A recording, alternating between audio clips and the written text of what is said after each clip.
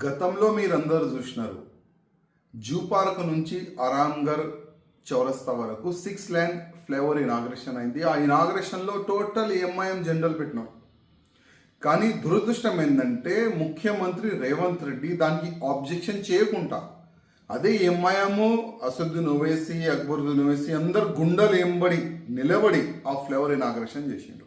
800 కోట్ల రూపాయలు పెట్టి ఆ ఫ్లైఓవర్ తయారు చేసినారు. ఎవరయ్యా డబ్బు? ప్రజల డబ్బు.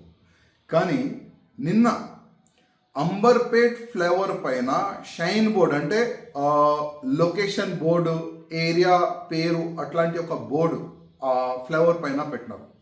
దాంట్లో ఉర్దూ భాషలో మీరు రాయలేదు అని ఆర్ఎంబి డిపార్ట్మెంట్ అధికారులకి వార్నింగ్ ఇచ్చి ఇదే అసదుద్దీన్ ఓవైసీ ఆ బోర్డు తెప్పించిండు.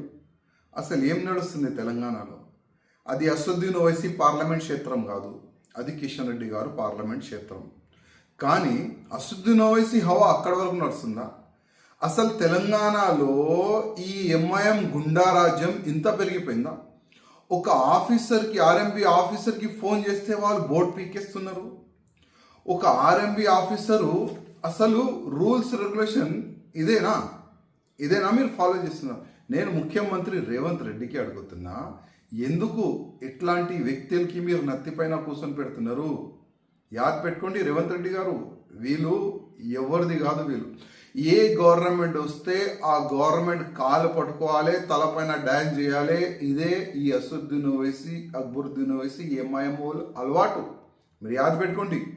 మీరు మర్చిపోయినారేమో, ఇదే కేసీఆర్ గారు అప్పుడు ముఖ్యమంత్రి ఉండే, మన టీఆర్ఎస్ గవర్నమెంట్ ఉండే, అప్పుడు వాళ్ళెంబడి నిలబడి మీకే కదా, మీ గవర్నమెంట్ కదా తిట్టడిది, మీ పార్టీకి కదా తిట్టడిది. మీరు మర్చిపోయినారేమో, కానీ మేము మర్చిపోలే కదా. ఎందుకంటే మాకు ఎంఐఎం అలవాటు తెలుసు.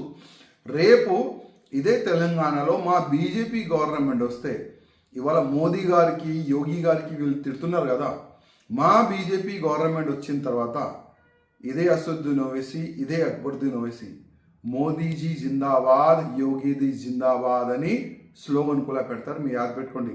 నేను మళ్ళొక్కసారి రేవంత్ రెడ్డి గారికి ఒక మాట చెప్పాలనుకుంటున్నా. ఫ్లైఓవర్ ఎవరు అయ్యేది కాదు, ప్రజల డబ్బులతోని ఆ ఫ్లైఓవర్ తయారవుతుంది.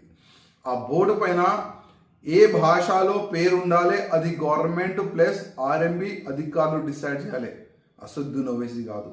మళ్ళొక్కసారి మీరు ఆలోచన చేయాలి. అదేవిధంగా తెలంగాణ ప్రజలకి నేను చెప్పేది ఒక్కటే, చూడండి ఎంఐఎం గుండా రాజ్యం ఏ విధంగా పెరుగుతుంది. ఇదే కాంగ్రెస్ గవర్నమెంట్ మన తెలంగాణలో ఉంటే ఇవాళ ఒక బోర్డు పైన ఉర్దూ పేరులో రాయకపోతే ఆ బోర్డు తిప్పించినారు. కానీ వచ్చే సమయంలో ఇంకా ఏమేం చేస్తారో చెప్పలేను.